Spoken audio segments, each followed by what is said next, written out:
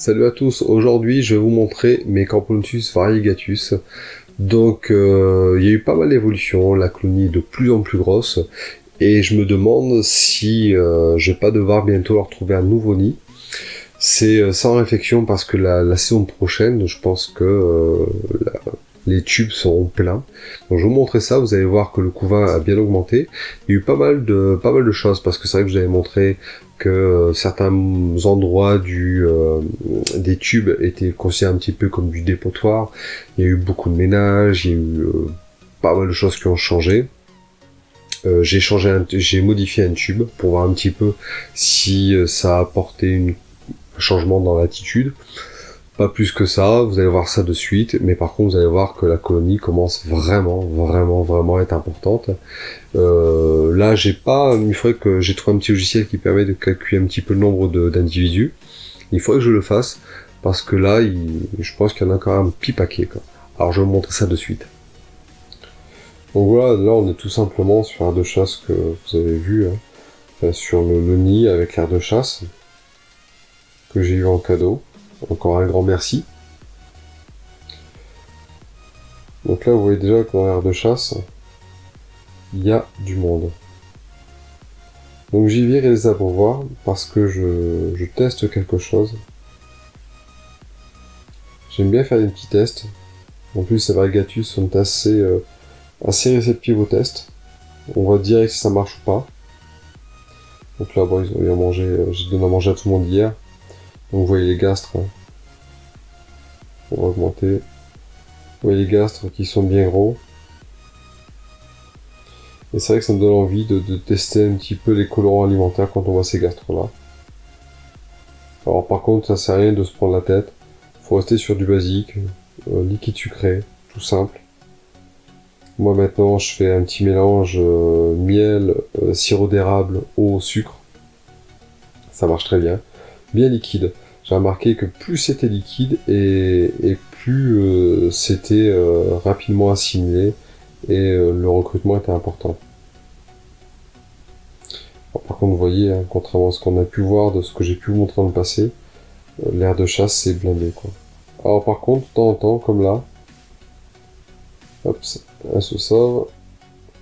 Voilà. Vous voyez qu'il y a du couvain. C'est pour ça que je vous dis que je pense que... Alors le couvain est rentré, hein. Je pense qu'il va falloir que je fasse quelque chose. Peut-être rajouter une aire de chasse en attendant, avec un petit coin bien chauffé, avec une petite lampe peut-être. Mais bon, je pense que là pour cet hiver, j'ai du travail sur les nids à faire. Donc ça c'est aire de chasse, vous voyez comme il y a des beaux majors, il n'y a que 2 castes, hein. Donc on va dire l'ouvrière de base, on pourrait dire les minors, et les majors. Alors, j'ai jamais vu de super major dans cette espèce pour l'instant. Peut-être qu'il y en a, peut-être qu'il n'y en a pas, mais en tout cas moi j'en ai pas encore vu et j'en ai pas encore. Alors maintenant on va passer côté nid, proprement dit. Alors voilà le côté nid. Alors qu'est-ce qui a changé? Ben, c'est tout simplement ce tube là. J'ai viré le sable et j'ai mis que de l'eau. J'ai testé, c'est le tube du milieu, j'ai testé. Donc, on va voir un petit peu. Qu'est-ce qui se passe dans tout ça? Donc pour l'instant on fait un petit passage rapide. Et après on mettra un peu plus de lumière et on essaiera de passer un peu plus lentement. Donc là on voit quand même que c'est noir. Noir de monde.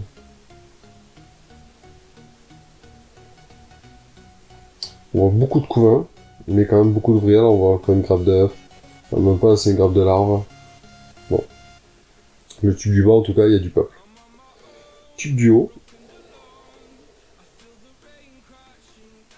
On rejetera de la lumière après. On voit qu'il y a moins de monde. Il y a un peu de couvain dans le fond. Il y a beaucoup moins de monde. Le tube du haut. Il y a du monde, mais beaucoup moins. Donc maintenant, on va mettre un peu de lumière.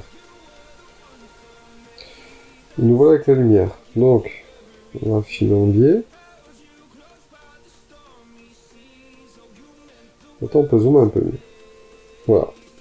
Donc là, il n'y a pas photo. Vous voyez sur la droite une jolie grappe, enfin plusieurs grappes d'œufs, des grappes de larves.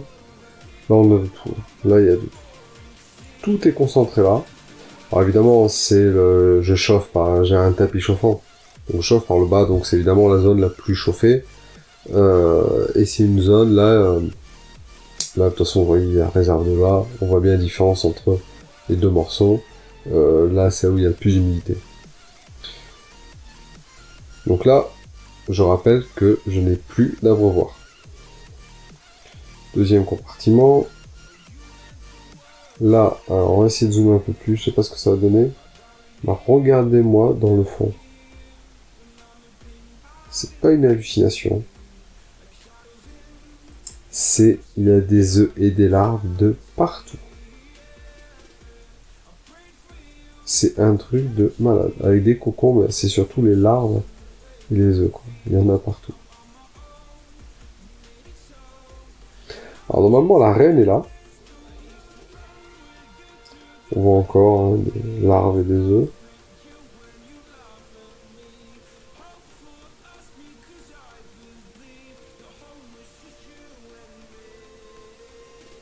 Alors là, on peut... Après, où est Charlie? Là, on peut refaire où est la reine.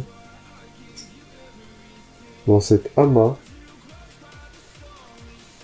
Alors par contre, là, on voit, il y a quand même un peu de couvain, beaucoup moins, quoi.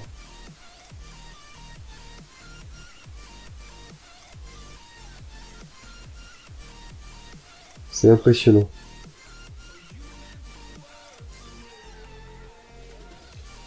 Alors maintenant, on va passer sur le dessus. Alors la gine, je sais pas où elle est. La gine est quelque part. Elle se balade, elle est toujours... Bon, j'ai toujours trouvé dans le premier tube.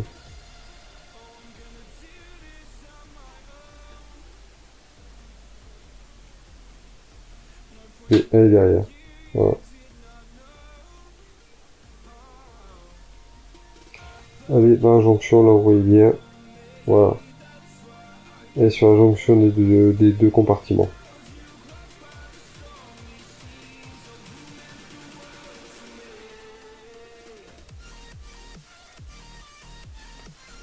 Alors maintenant, on va passer au tube du haut, voir un petit peu ce qui s'y passe. Alors, malgré ce qu'on peut croire, hein, on est sur là, ça se focus. Regardez là-bas. Encore des œufs, des larves. Un gros couvain. Alors là, par contre, il n'y a plus de cocon. C'est que des œufs de larves. On va passer là. Pareil. Des œufs de larves de partout. Des œufs. C'est un truc de malade. Alors là, je sais pas si vous en rappelez, sur le second tube, c'est un dépotoir ici. Le dépotoir, il n'y en a plus trop. Hein. Donc toutes les théories avec les champignons, les machins, les bidules. On voit bien que c'est une vaste connerie parce que le tube est nettoyé. Là, c'était dégueulasse, c'était noir, c'était dégueu. Et tout a été nettoyé. Il n'y a plus rien là. Et on voit bien, elles sont tranquilles, elles font leur life. Et on passe au troisième. Donc là, c'est le tube avec de l'eau simple.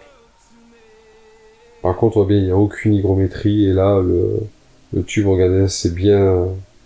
Il n'y a que le premier compartiment où c'est humide. Alors là où ça a changé, je prends du recul. Regardez, vous voyez bien. Sec, sec, humide, humide, sec, sec, et là, tout humide. Évidemment, la concentration est moindre. On va essayer de s'approcher un peu plus. Allez. Ça focus pas.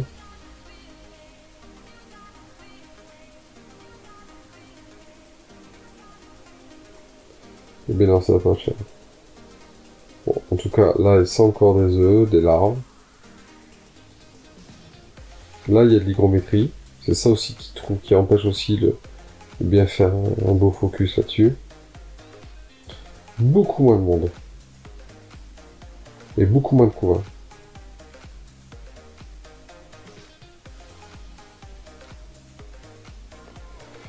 Donc là, maintenant, ce que je vais faire, c'est que je vais laisser cette configuration-là et rajouter l'abreuvoir et voir un peu ce que ça donne.